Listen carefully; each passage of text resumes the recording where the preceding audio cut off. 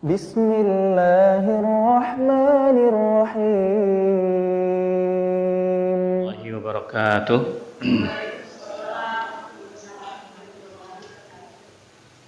Alhamdulillah. Alhamdulillahilladzi an'amana bi ni'matil iman wal islam. Asyhadu an la ilaha illallah wahdahu la syarika lah wa asyhadu anna Muhammadan 'abduhu wa rasuluh. Allahumma salli wa sallim wa barik ala nabiyyina Muhammadin wa ala alihi wa ashabihi wa man tabi'ahum bi ihsanin ila yaumiddin. Amma ba'd. Para jamaah kajian duha yang semoga dirahmati dan diberkahi Allah Subhanahu wa taala. Puji syukur kepada Allah selalu kita panjatkan karena atas limpah nikmatnya kita bisa hadir kembali di majelis ilmu di pagi hari ini. Semoga apa yang kita niatkan dari rumah menuju majelis ilmu ini hanya mengharap ridha Allah Subhanahu wa taala dan menjadikan catatan amalan kebaikan menjadi memberatkan amal kebaikan kita di yaumil qiyamah. Amin ya rabbal alamin. Kita akan memasuki pembahasan yang baru, kajian tema yang baru setelah sebelumnya kita hampir 1 bulan lebih ya menghabiskan mengkaji tentang bab ke-6 yaitu iman kepada hari akhir. Iman kepada hari akhir sampai terakhir kita membahas tentang apa para jemaah sekalian? Tentang syafaat ya. Kita kemarin sudah membahas apa itu syafaat. Kemudian siapakah orang yang bisa memberikan syafaat? Siapa saja mereka yang bisa memberikan syafaat? Kemudian macam-macam syafaat kita sudah pelajari. Ya, ada syafaatul uzma, ada syafaat yang khas hanya diberikan dari Nabi kita Muhammad sallallahu alaihi wasallam. Ada yang syafaat sifatnya secara umum. Kita sudah bahas secara detail di pertemuan yang sebelumnya. Maka insya Allah di pagi hari ini menyisihkan waktu kurang lebih 40 menit ke depan ya, kita akan membahas tentang iman kepada qada dan qadar bab 7 di halaman 285 di buku yang lama. Di buku yang baru itu sekitar 300 sekian ya, 320 mungkin Pak Haji Imam dan yang lain tinggal lihat sebelumnya, setelahnya lah, dicari di situ. Saya tidak hafal yang buku barunya. Baik, para jemaah sekalian, kalau di buku yang lama 285, kalau di buku yang baru tentunya berbeda halamannya. Ya, halamannya setelahnya. Berarti setelah 285 kalau di buku yang baru yang warna putih ya. Sekali lagi kami menghimbau kepada para jamaah yang belum memiliki buku, maka kiranya segera untuk bisa memiliki buku ini, karena insya Allah ini manfaatnya sangat luar biasa. Para jamaah bisa mengulang di rumah kalau ada bukunya. Kalau nggak diulang, biasanya apa yang terjadi kalau nggak kita ulang pelajarannya? Lupa. Hari ini masih ingat, sampai rumah udah ketemu keluarga, ketemu anak, ya, ketemu urusan-urusan yang lain, sudah tidak lagi nempel dalam benak kita ya. Bukannya kita memahami, malah kita blur, bingung ya kan ya. Bukannya kita faham dengan mendalam maknanya, tapi justru malah ambiar gitu ya. Nah, maka perlu ada pengulangan. Ibu tahu Imam Asy-Syafi'i itu kalau mengulang pelajaran berapa kali ya, berapa kali Imam Syafi'i kalau mengulang pelajarannya mudzakarahnya ya, lebih dari 1000 kali beliau mengulang. Diulang terus. Makanya Imam Syafi'i itu hafalannya sudah ngelotok sekali ya. Sudah ngelotok banget. Jadi kenapa diulang-ulang terus? Saya membaca ada sebuah tulisan atlet yang terkenal, Tiger Woods namanya kalau tidak salah, pemain golf ya. Tiger Woods kalau tidak salah ya namanya. beliau bilang untuk memukul golfnya itu beliau membutuhkan tadi latihannya juga lebih dari 1000 kali untuk memukul golf itu supaya bisa masuk di lubangnya. Itu dalam urusan dunia. Maka dalam urusan akhirat harusnya lebih lagi. Makanya para a'immah itu mengulang-ulangnya tidak pernah bosan. Kita tahu Utsman bin Affan radhiyallahu anhu kalau kalau dimasuki bulan Ramadan, satu malam beliau bisa menghatamkan 30 juz, ya. Artinya dalam satu malam itu dalam sholat tarawihnya itu 30 juz selesai dibaca, Bu. Ya, belum lagi a'immah yang lain, mereka ada yang sampai dalam satu hari itu 2 kali hatam dalam membaca Al-Quranul Karim. Berarti kan itu mengulang-mengulang, betul? Segitu banyaknya 6.600 sekian ayat, ya, 114 surah, diulang terus. Makanya kenapa kita membayangkan bagaimana lengketnya hafalan mereka terhadap benaknya itu, dalam pikirannya, ya, lengketnya luar biasa. Kenapa? Karena memang mengulang. Maka kalau sering mengulang akan semakin lebih kuat pemahamannya. Nah, cara mengulang itu diantaranya kembali membuka pelajarannya dengan membuka buku, ya, kita bisa membacanya. Bahkan kalau kita ingin lebih kuat lagi, para jamaah baru membahas di kajiannya membahas bab 7, tapi sudah membaca hatam buku ini satu misal. Nah, itu luar biasa lagi, ya. Makanya ada beberapa manusia yang Allah berikan kelebihan, ya. Ada seorang yang dia usianya baru, kalau tidak salah belum sampai 20 tahun, tapi sudah menyabet gelar doktor. Karena begitu dites secara keilmuannya itu Masya Allah, beliau sudah paham ini, paham itu, belum genap usianya 20 tahun sudah menjadi doktor, ya. Nah, itu karena kekuatan dalam murojaah, menghafalnya, mengulang-ulang. Nah, makanya kalau ibu punya buku, insya Allah akan semakin lengket ilmunya, apalagi kemudian diamalkan. Baik, barakallahu fikum para jemaah sekalian. Bab 7, iman kepada qada dan qadar. Kalau kita bicara iman, tentunya sudah kita bahas tentang makna iman ini. Beberapa pertemuan yang lalu saya mengutip perkataan Al-Imam Syekh bin Baz rahimahullah ta'ala bahwa ada 2 kategori seorang itu mengimani apa yang disebut dengan iman hari akhir. Masih ingat, Bu? 1 disebut apa? Halo? Ini paham belas atau bablas ini? Iman lazim. Imanun lazim. Itu tingkatan yang pertama. Ma huwa imanun lazim? Yaitu seseorang mengimani dalam urusan yang gaib ini, tidak ada keraguan dalam hatinya. Dia mengimani bahwa semua apa yang Allah tetapkan di dalam kalamnya, dalam firman-Nya, dalam Al-Qur'anul Karim, dan juga di dalam hadis Nabi kita Muhammad SAW, kita mengimaninya, tidak ada keraguan sedikit pun, ya. Tetapi kemudian persoalannya adalah di antara kita masih banyak belum bisa mengamalkan apa yang kita imani tadi.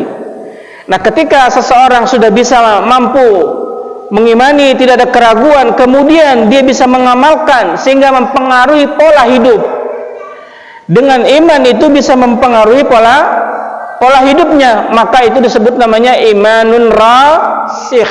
Iman rasikh, iman yang betul-betul sudah menghunjam ke dalam hatinya. Jadi iman kepada Allah Ta'ala dari segala apa yang telah tetapkan di dalam Al-Quran dan juga melalui hadis Nabi kita Muhammad SAW, itu diimani dengan penuh keyakinan, tidak ada keraguan, dan diamalkan dalam kehidupannya, sehingga iman tadi mempengaruhi pola hidupnya.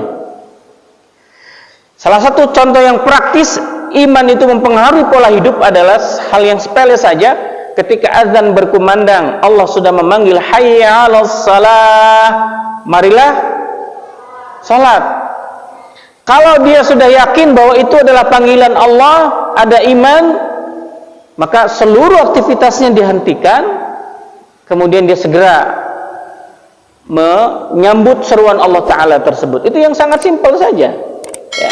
Yang kadangkala ini yang sangat sulit untuk kita melazimkan ini ya. Mungkin sesekali kita sangat artinya antusias terhadap azan ini, tapi kalau dikala yang kesibukan sangat luar biasa, ini terkadang kita, apalagi kalau tanggung, lagi masak, lagi goreng, lagi nyuci, basah semuanya tangannya atau segala macam ya kan. Makanya perbuatan-perbuatan yang dikala itu harus memang membutuhkan jeda dulu, itu kita biasanya sulit untuk segera meninggalkan pekerjaan itu. Para sahabat ridwanullah ajma'in, para ibu sekalian, jemaah sekalian, kalau lagi bekerja, ada seorang sahabat ya, para salaf menjelaskan, ketika dia itu pekerjaannya sehari-hari itu jadi tukang besi, pandai besi, jadi bikin besi bu. Tatkala azan berkumandang, Allahu Akbar, Allahu Akbar, begitu palu itu diangkat, terdengar azan, itu nggak jadi dipukulin, tidak jadi dipukulkan palu itu kepada bendanya. Begitu dengar azan, dia tahan palu itu dan langsung dilempar palu itu, dan langsung tinggalkan pekerjaannya, ambil air wudhu dan menuju masjid. Itu para sahabat ridwanullah ajma'in seperti itu. Padahal kalau tinggal kita ketok pukul dulu gitu kan, terus baru ini enggak, baru mau mengangkat begitu terdengar azan, enggak jadi itu dipukul alat bendanya, dia langsung lemparkan palunya dan dia langsung menuju panggilan Allah tadi. Dan ini diamalkan masya Allah luar biasa, menjadi rutinitasnya. Seorang tabi'in Al-Imam Ibnu Musayyib rahimahullah ta'ala, sebagaimana disebutkan di dalam surat Tabaqat Imam Ahmad bin Hanbal, beliau mengatakan bahwa Imam Ibnu Musayyib itu untuk menjaga kualitas melazimi amal solehnya tadi, bukti sebagai iman kepada hari akhirnya, beliau selalu berusaha hadir di masjid sebelum azan berkumandang, dan amalan itu beliau lakukan selama 40 tahun tidak pernah meninggalkannya. La haula wala quwata illa billah. Selama 40 tahun tidak pernah meninggalkannya. Sebelum azan berkumandang, beliau selalu sudah siap di masjid di saf yang pertama untuk melaksanakan ibadah salat. Dan beliau jaga amalan itu selama 40 tahun tidak pernah meninggalkannya. Nah, kembali kepada kita tadi, kalau kita paling kuat nahan istiqomah itu berapa lama? Sehari, 2 hari, ada yang hanya hitungan jam. Ya, habis ngaji masih semangat nih, wah dapat nasihat, dapat semangat lagi habis ngaji. Ya, jam 10 sampai jam 11, 12 masih hangat tuh. Mulai jam 1, jam 2 udah mulai dingin. Begitu maghrib sudah jadi es. Ya, mencair sudah hilang. Ya. Nah, maka tentunya para jamaah sekalian, oleh karenanya iman rasikh terhadap, termasuk adalah iman kepada qada dan qadarnya Allah, ini yang harus terus kita latih pada diri kita, bahwa ilmu yang kita miliki harus sesuaikan dengan amalannya. Semakin ilmu kita tinggi, semakin berat juga pertanyaannya di hadapan Allah. Ya, 4 pertanyaan tadi diantaranya adalah tentang ilmunya, fima yuntafa'u bi, an ilmihi fima yuntafa'u bi. Ilmunya kau amalkan atau tidak? Nah, kalau ibu sudah ngaji dari pertama kajian, dari bab pertama ini, yang terutama yang as-sabiqunal awwalun, dari yang pertama ikut ngaji dengan saya di buku ini, dari bab pertama tentang masalah tauhid, syahadat dan seterusnya, ya, maka sampai hari ini seharusnya perubahan dalam hidupnya itu sangat drastis, ya, sangat drastis. Tetapi kalau ngaji dari awal sampai hari ini tidak ada perubahan dalam pola hidupnya, hal-hal yang kecil seperti tadi, masih menyepelekan waktu-waktu salat, ya, masih menyepelekan menutup aurat, masih menyepelekan dalam membaca Al-Quran dan lain sebagainya, berarti ilmu kita belum bermanfaat. Ilmunya belum bermanfaat, ya. Baik. Para jemaah sekalian, hadis yang sangat masyhur tentang iman dan kepada qada dan qadar ini, kita teringat kepada hadis Nabi kita Muhammad SAW di mana malaikat Jibril datang kepada Nabi, bertanya kepada Nabi SAW beberapa pertanyaan, diantaranya adalah tentang iman. Alimni anil iman, akhbirni anil iman. Di saat itu malaikat Jibril menyerupai seorang manusia datang kepada Nabi, duduk di depan Nabi sambil menyandarkan lututnya di depan lutut Nabi dan tangannya di pahanya Nabi, dan mengatakan, ya Muhammad, akhbirni anil iman. Wahai Muhammad, kabarkan kepadaku tentang iman. Tentunya pertanyaan pertama tadi tentang Islam, yang kedua tentang iman, yang ketiga tentang ihsan, ya.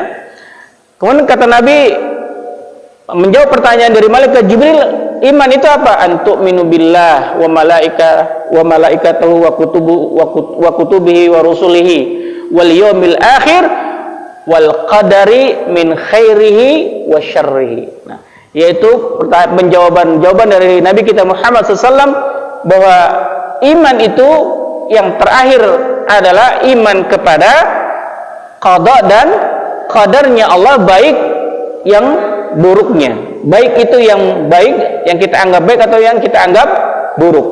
Pertanyaan saya pada jemaah sekalian, apakah Allah memberikan kita keburukan? Halo? Apakah Allah memberikan kita keburukan? Nah, nanti akan terjawab pertanyaan itu dalam materi kita, bahwa pada prinsipnya Allah memberikan yang terbaik kepada seluruh hambanya, karena Allah tidak pernah berbuat zalim kepada makhluknya, ya. Baik. Untuk lebih mengenal bagaimana iman qada dan qadar ini, tadi kalau bicara iman sudah kita singgung bahwa iman ada iman lazim, ada iman rasikh. Iman yang lazim hanya sebatas yakin, percaya, tidak ada ragu sedikit pun, tetapi tidak mempengaruhi pola hidupnya. Ya, ini iman lazim saja, hanya sebatas teori dalam pemikirannya. Tetapi iman rasikh adalah yang mampu merubah gaya hidupnya sesuai dengan syariat Allah Subhanahu wa taala. Maka tentunya dalam bab ini kita akan mempelajari dari sisi bahasa. Dalam bahasa Arab, dalam kaidah Islam, itu selalu dalam kita mulai belajar dalam sebuah istilah itu diawali dengan kalimat definisi dari sisi bahasa. Kayak puasa itu ditinjau dari bahasa, nanti ditinjau dari istilah, ditinjau dari syariat. Kalau puasa apa maknanya Bu dari sisi bahasa? Ikhwan? Apa? Menahan. Artinya menahan secara bahasa, ya. Kemudian kalau zakat, apa artinya secara bahasa? Zakat? Mensucikan, tathhir, ya. Az-zakat au an-nama, yaitu yang menumbuhkan. Nah, ini semua juga harus pahami dari sisi bahasa. Ya, maka kita pahami di sini, Syekh Shalih Fauzan menjelaskan, ya, secara bahasa qada itu mengandung beberapa makna berbeda sesuai konteks kalimatnya. Jadi disebut sesuai dengan konteks kalimat itu siyaqul kalamnya, ya. Dalam bahasa balaghah itu ada namanya siyaqul kalam. Jadi kontekstual, narasi yang sebelumnya, kalimat yang sebelumnya sangat berpengaruh makna setelahnya. Contoh Bu, di dalam bahasa Arab itu ada istilah doroba. Doroba itu artinya secara bahasa itu memukul. Tetapi kemudian Allah gunakan kata doroba itu bisa maknanya berbeda. Seperti dalam surah Ibrahim ayat ke-24, 25 itu, ya. Daraballahu masalan kalimatan thayyibah. Allah membuat, di situ makna doroba itu membuat, bukan memukul. Nah, itu konteks kalimat itu gitu maksudnya. Maka itu para jemaah sekalian, dalam buku Syekh Shalih Fauzan menjelaskan bahwa makna qada, ya, tulisan qada yang kita sering dengar, qada ini pertama maknanya memutuskan hukum. Al-hukmu artinya hukum. Asal katanya qada yaqdi qadaan. Ya, qada yaqdi qadaan artinya sebuah hukum, qada itu. Maka kalau dalam bahasa hukum Islam, politik hukum Islam itu ada istilah ahlul qada, ya, ahlul qada. Saya pernah bertemu dengan beberapa al-qadhi, orang yang memutuskan atau orang hakim, ya, di Saudi itu. Pada saat saya daurah di sana, itu ternyata kalau di Saudi para hakim itu terdiri dari para ulama, Bu. Hakim itu terdiri dari para ulama. Masya Allah. Saya ketemu salah satu pengisi materi Al-Qaulu Mufid, ya, di dalam bab tauhid. Al-Qaulu Sadid fi Qaulil Mufid, kalau tidak salah kitabnya, saya Tamimi, ya. Itu begitu saya pas rehab, saya ngobrol-ngobrol sama Syekh. Beliau seorang qadhi, seorang hakim. Tapi Masya Allah, Bu, hafal Quran, hafal hadis, ribuan hadis beliau hafal. Gelarnya sudah doktor. Ya, Masya Allah, dalam menjelaskan akidah itu dalam sekali.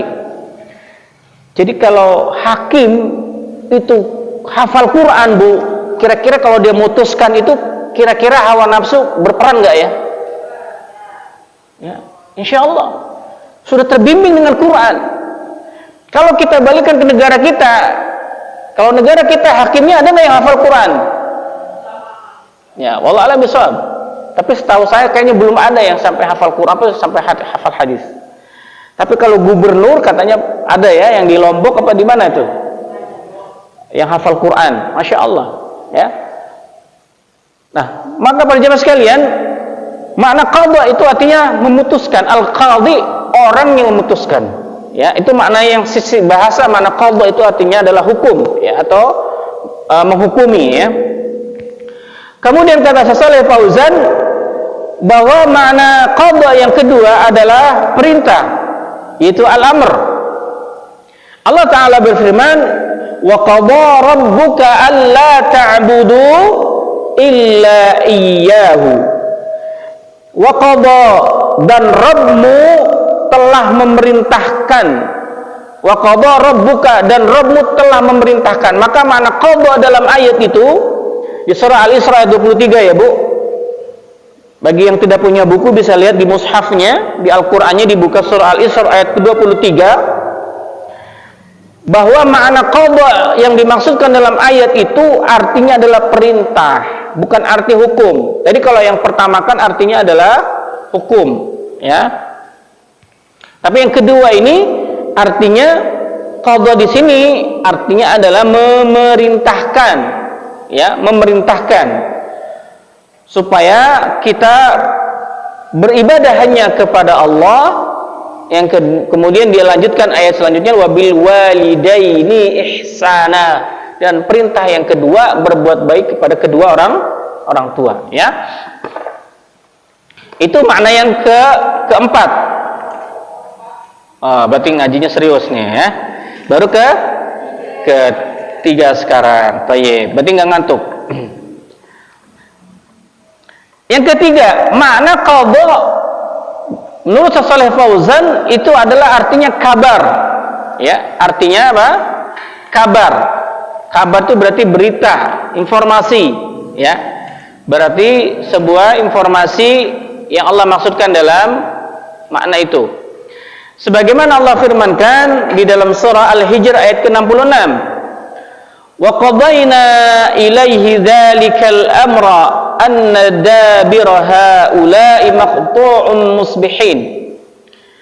Dan telah kami wahyukan kepadanya Lut perkara itu, yaitu bahwa mereka akan ditumpas habis di waktu subuh.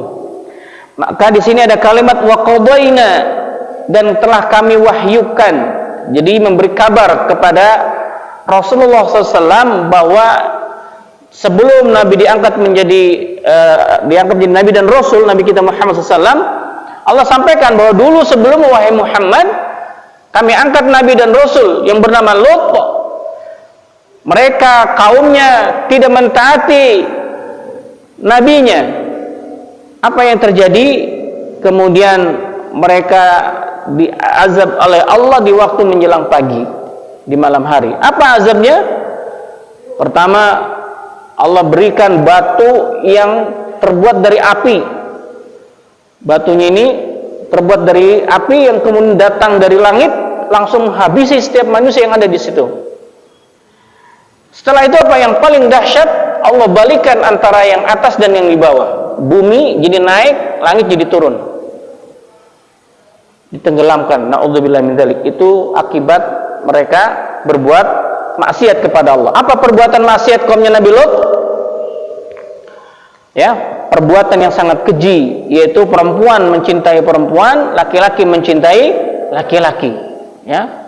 Makanya naudzubillah min dzalik, kalau sampai ada perpu atau perundang-undangan yang disahkan boleh pemerintah melegalkan LGBT ini, maka sudah dipastikan negara kita siap-siap akan Allah azab.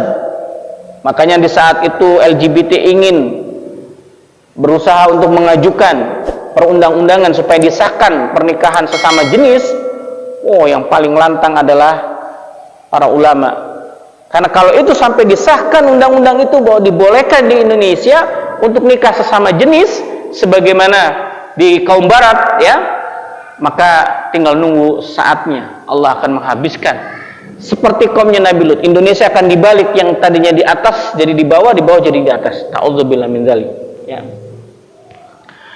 Maka dalam ayat ini Syaikh Fauzan menjelaskan wa qadaina, ada kalimat wa qadaina. Makna qadaina di sini artinya kabar. Memberi informasi kepada Nabi kita Muhammad SAW dan tentunya kepada kita umatnya, ya. Nah, para jemaah sekalian, maka didefinisikan adalah qadar ialah takdir, ketentuan takdir segala sesuatu sebelum terjadi dan penulisannya di Lauhil Mahfuz, ya. Apa itu Lauhil Mahfuz? Adalah al-a'la, jadi tempat yang kalau menurut Ibnu Katsir al-mala'ul a'la mahfuzun min az-ziyadati wan nuqs, ya, wat tahrifi wat tabdil, adalah tempat yang sangat tinggi di sisi Allah, di mana Allah menuliskan ketentuan-ketentuan dan takdir-takdirnya tadi, tidak ada yang bisa merubahnya, menggantinya kecuali hanya Allah. Termasuk para malaikat pun tidak bisa. Maka para ulama menjelaskan Lauhil Mahfuz di arsy-Nya Allah Subhanahu wa taala, berada di arsy-Nya Allah Subhanahu wa taala, sangat tempat yang sangat tinggi, al-mala'il a'la, itu dijaga oleh ribuan malaikat, sehingga jin itu tidak bisa mencuri informasi tentang takdir, karena dijaga ketat oleh para malaikat. Mereka bisa tidak tembus. Adapun hal-hal yang sifatnya kemudian mereka mendapat informasi itu karena adanya malaikat yang ditugaskan oleh Allah untuk menetapkan takdir kepada seseorang. Kemudian jin atau syaitan itu mendengar berita itu, maka kemudian disampaikan kepada para dukun. Makanya kita sering lihat kalau orang yang suka kedukun kan suka bilang, oh dukun si fulan tuh tahu loh dia mau nanti akan terjadi begini gitu kan. Padahal dukunnya tidak bisa apa-apa. Itu pekerjaannya dia adalah bekerja sama dengan jin. Jin itu mencuri berita dari langit, kemudian menyampaikan kepada dukun itu, kemudian dukun itu menyampaikan kepada pasiennya bahwa kamu nanti akan begini. Tetapi semua itu tidak mungkin terjadi kecuali atas kehendak Allah Subhanahu wa taala, ya. Baik. Nah, maka para jemaah sekalian, Allah Subhanahu wa taala menjelaskan di sini dalam surah Fussilat ayat ke-10, wa qaddara fiha aqwataha, dan dia menentukan padanya kadar makanan-makanan penghuninya. Maka para jemaah sekalian, kita lihat bagaimana penjelasan para ulama di dalam hal ini. Syaikh Fauzan di buku halaman 286 beliau menjelaskan tentang makna definisi tadi, bahwa kata beliau, hukum yang Allah berlakukan bagi alam dan dijadikan berjalan sesuai konsekuensinya merupakan sunnatullah yang dia hubungkan dengan sebab akibat semenjak dia menghendakinya hingga selamanya. Jadi qada dan qadar ini pun berkaitan dengan sebab akibat, ya. Karena nanti ada beberapa paham yang menyimpang dari pemahaman akidah Ahlussunnah wal Jamaah tentang masalah qada dan qadar ini, Bu. Di antaranya adalah mereka yang berpaham Jabariyah. Orang-orang Jabariyah, orang yang disebut Jabariyah itu menganggap bahwa kita manusia itu dipaksa oleh Allah Subhanahu wa taala untuk melakukan sesuatu. Jadi manusia itu sifatnya dipaksa oleh Sang Khalik, Jabariyah. Nah, ini juga salah satu yang keliru, tidak boleh memahami seperti itu. Kemudian ada juga yang disebut Qadariyah. Siapa mereka? Mereka yang menganggap bahwa Allah apakah tidak bisa menentukan. Ya. Jadi manusia itu tidak bisa menentukan apa yang dilakukannya itu. Ya, Allah tidak bisa ikut campur. Ya, artinya hanya manusia yang bisa menentukannya. Qadariyah. Berlawanan dengan Jabariyah tadi. Kalau Jabariyah bahwa semua perbuatan itu adalah Allah yang menentukan, sehingga menafikan sebab akibat. Nggak ada sebab akibat menurut Jabariyah. Tapi kalau Qadariyah kebalikannya, ya, bahwa dalam kehidupan kita itu Allah Subhanahu Wa Taala, ya, memberikan peranan yang sangat penting, yang kemudian di sana menafikan usaha, menafikan ikhtiarnya, ya, Qadariyah. Baik, maka para jemaah sekalian, maka kata Syekh Fauzan, segala yang terjadi di alam ini sesuai dengan takdir terdahulu yang Allah telah atur dan tentukan. Sesuatu yang terjadi berarti telah ditakdirkan dan diputuskan. Adapun yang tidak terjadi berarti tidak ditakdirkan dan diputuskan. Semua yang tidak mengenaimu pasti tidak akan mengenaimu, dan semua yang mengenaimu tidak mungkin tidak mengenaimu. Nah, ini kesimpulan dari penjelasan makna tentang takdir. Bahwa apa yang menimpa kita, apa yang menjadi ketentuan dalam kehidupan kita, tidak mungkin itu terjadi kecuali telah Allah tetapkan di dalam qada dan qadarnya, ya. Jadi semua yang kita lakukan ini, yang kita rasakan hari ini di dunia, semua adalah tidak terlepas dari takdirnya Allah Subhanahu wa taala. Maka para jamaah sekalian, maka nanti kita akan memahami tentang dalil-dalil wajibnya kita beriman kepada qada dan qadar, ya. Pertanyaan sebelum kita melanjutkan tentang pembahasan beriman kepada qada dan qadar Allah, secara bahasa antara qada dan qadar, ya, itu secara bahasa maknanya mendekati satu sama yang lainnya. Artinya ini tidak bisa dipisahkan antara satu dan yang lainnya. Qada itu ya qadar, qadar itu ya qada. Ya.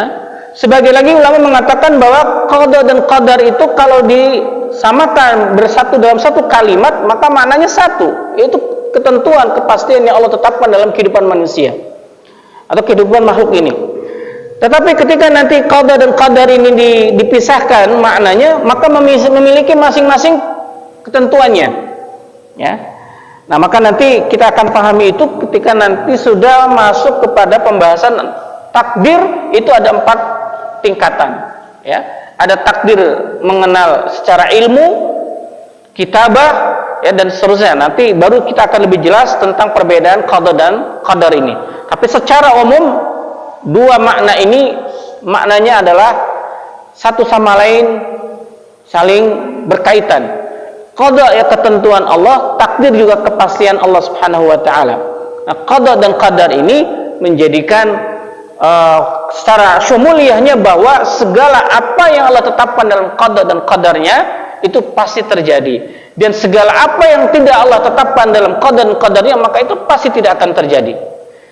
Nah, maka yang menjadi keterkaitannya dengan kita, ya, dan nanti juga ada hadis ini yang menarik, sampai-sampai sahabat bertanya, "Ya Rasulullah, kalau memang seperti itu, kenapa kita harus ada usaha?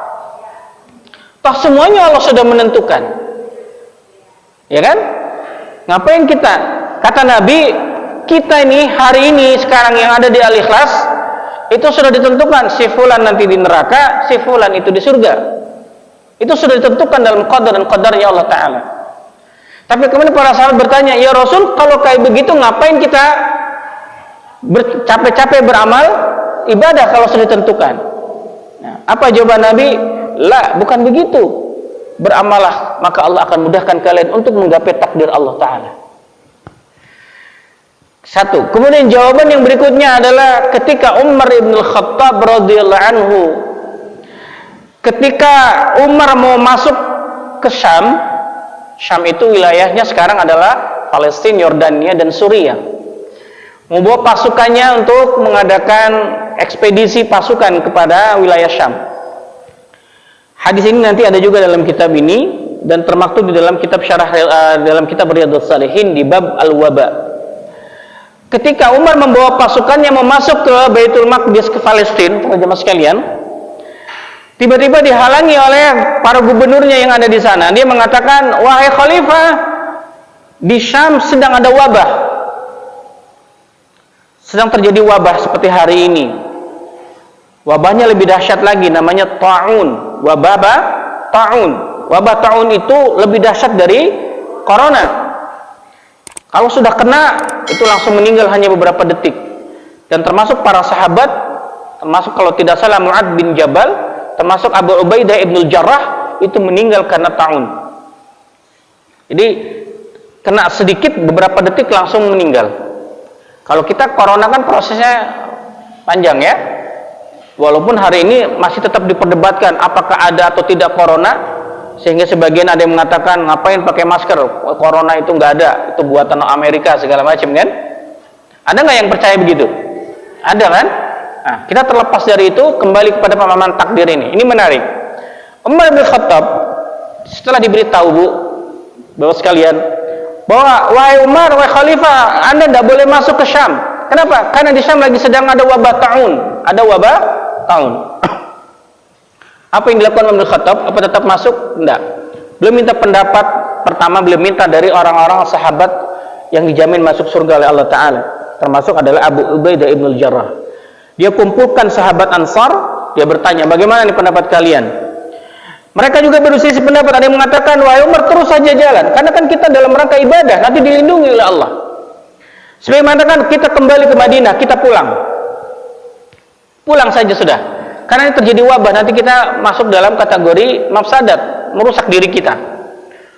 Kemudian Umar bin Khattab memanggil lagi para sahabat yang lainnya, ya, meminta pendapat lagi kepada mereka. Siapa yang sahabat yang diminta pendapat di kala itu, yaitu orang yang pertama kali masuk kota Makkah, Fathul Makkah, ya. Begitu ditanya sama jawabannya. Sebagian mengatakan masuk aja ke Syam, sebagian nggak boleh, lagi ada wabah. Nah, kemudian akhirnya Umar bin Khattab memutuskan untuk menyampaikan kepada para sahabat, "Tayyib, kalau gitu saya putuskan kita kembali ke Madinah, tidak lagi melanjutkan masuk ke Syam." Di situ para jamaah sekalian, perhatikan kalimat ini. Abu Ubaidah bin Jarrah kemudian protes kepada Umar, "Wahai Umar, apa kamu lari dari takdir Allah Ta'ala? Afirarun min qadarillah." Wahai Umar, kamu lari dari takdir Allah. Mati dan tidaknya kita itu Allah yang mentakdirkan. Kenapa harus takut dengan wabah? Kata Ubaidah bin Jarrah, ini seorang sahabat yang dijamin masuk surga, Bu. Dari 10 nama-nama sahabat yang dijamin masuk surga, diantaranya adalah Abu Ubaidah bin Jarrah. Abu Ubaidah bin Jarrah ini dalam tafsir Ibnu Katsir mengatakan beliau termasuk sahabat yang paling berani ketika perang Badar. Kenapa beraninya? Abu Ubaidah bin Jarrah itu dia tega menghabisi ayahnya karena ayahnya masih kafir. Sampai kemudian dibawa jasadnya di depan Nabi. Ini ayahku yang telah mendidik aku, dan aku buktikan hari ini cintaku kepadamu ya Rasulullah, karena ayahnya masih kafir, ya. Masya Allah. Sehingga ayat itu kemudian menjadi asbabun nuzul sebuah ayat di dalam surah Al-Mujadalah, di ayat terakhir, bahwa kata Allah, tidak kamu dapati satu kaum pun di antara kalian yang kalau sudah iman kepada Allah dan Rasulnya berkasih sayang dengan orang-orang kafir. Maka nggak akan mungkin kamu dapatkan itu. Nah, para jemaah sekalian, Abu bin Jarrah kemudian bertanya, "Afirarun min qadarillah, wahai Umar, apakah kamu akan lari dari takdir Allah?" Ini jawaban Umar yang menarik. Apa kata Umar? La, bukan seperti itu, wahai Ubaidillah. Ya, beliau menjawabnya pertama, kemudian saya lari dari takdir Allah ke takdir Allah yang lain. Saya lari dari takdir Allah ke takdir Allah yang lain. Sebagaimana kata Umar bin Khattab, kamu kalau mengembala beberapa ekor kambing, kamu bawa kambing itu ke tempat yang tandus, tidak ada rumput, terus di sebelah sana ada juga tempatnya yang penuh dengan rumput. Mana yang kamu pilih? pasti banyak rumput. Nah, itulah lari dari takdir Allah menuju takdir Allah yang lainnya. Karena persoalan takdir itu tidak diketahui, maka itulah perintah Nabi, kamu terus beramal saja. Mohon rahmat dari Allah. Walaupun kita nih, saya, antum sekalian, para jamaah sekalian, sudah ditentukan apakah nanti surga atau neraka itu sudah ada namanya. Penghuni surga sudah ada 1, 2, 3, 4. Jamaah majlis taklim ada namanya, Bu. Jangan khawatir. Ya. Yang jadi persoalan karena itu kita tidak tahu hal itu, maka itulah bukti iman kepada takdir. Jelas, Bu, ya? Jadi gitu jawabannya. Kenapa kita harus berusaha ngaji, taklim, nutup aurat, sholat, sodako, zakat, infak dan seterusnya?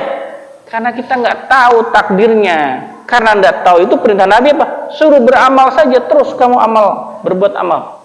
Maka nanti Allah akan tentukan kamu seperti apa dalam catatan di Lauhil Mahfudnya. Nah, maka insya Allah kita akan lebih panjang, lebih banyak lagi memahami bagaimana takdir Allah Subhanahu wa Ta'ala. Nanti ada tingkatan-tingkatannya sampai nanti kita memahami dalam surah Al-Qadar, di mana Allah Subhanahu wa Ta'ala pada malam Lailatul Qadar itu menetapkan takdirnya. Sebagian ulama mengatakan disitulah takdir yang nanti bisa berubah. Ada takdir tahunan, ada takdir harian dan seterusnya. Ya, sehingga ada sebagian mengatakan bahwa takdir itu doa itu bisa merubah takdir. Walaupun saya belum menemukan apakah ini hadis dari Nabi, tapi kalimat ini kalau tidak salah dari aqwalu para as-salaf, bahwa doa itu bisa merubah takdir Allah Subhanahu wa Ta'ala. Kenapa itu bisa merubah takdir? Karena tadi Allah menetapkan takdir kepada kita itu ada yang tahunan, seperti di bulan Ramadan di malam Lailatul Qadar. Itu Allah menetapkan ukurannya itu, takarannya. Oh, nanti tahun ini si fulan akan dirubah seperti ini, akan tetap begini dan seterusnya. Tapi yang mengetahui hanyalah Allah. Maka sebagai bentuk iman rasih tadi, kita harus tetap berusaha untuk menggapai yang terbaik dalam hidup ini sebagai bukti iman kepada qada dan qadar, bahwa iman yang bisa merasuki dalam hati kemudian mempengaruhi pola kehidupan kita. Jadi beda antara orang yang sudah iman kepada qada dan qadar dengan yang belum. Termasuk nanti ketika sering kan kita bilang, aduh coba dulu kamu kayak begini, nggak bakal terjadi. Seandainya, apabila, jikalau, umpama, sering kita bilang gitu kan. Atau untung saya nggak kayak begitu tuh. Nah, kalimat untung ada saya, untung ada ayah saya, untung ada si fulan, itu tidak boleh terucap lagi ketika kita sudah iman kepada qada dan qadar. Bagaimana cara pengucapan yang terbaik? Tetap stay tune terus di kajian ini. Kita akan bahas di Sabtu yang akan datang. Barakallahu fikum.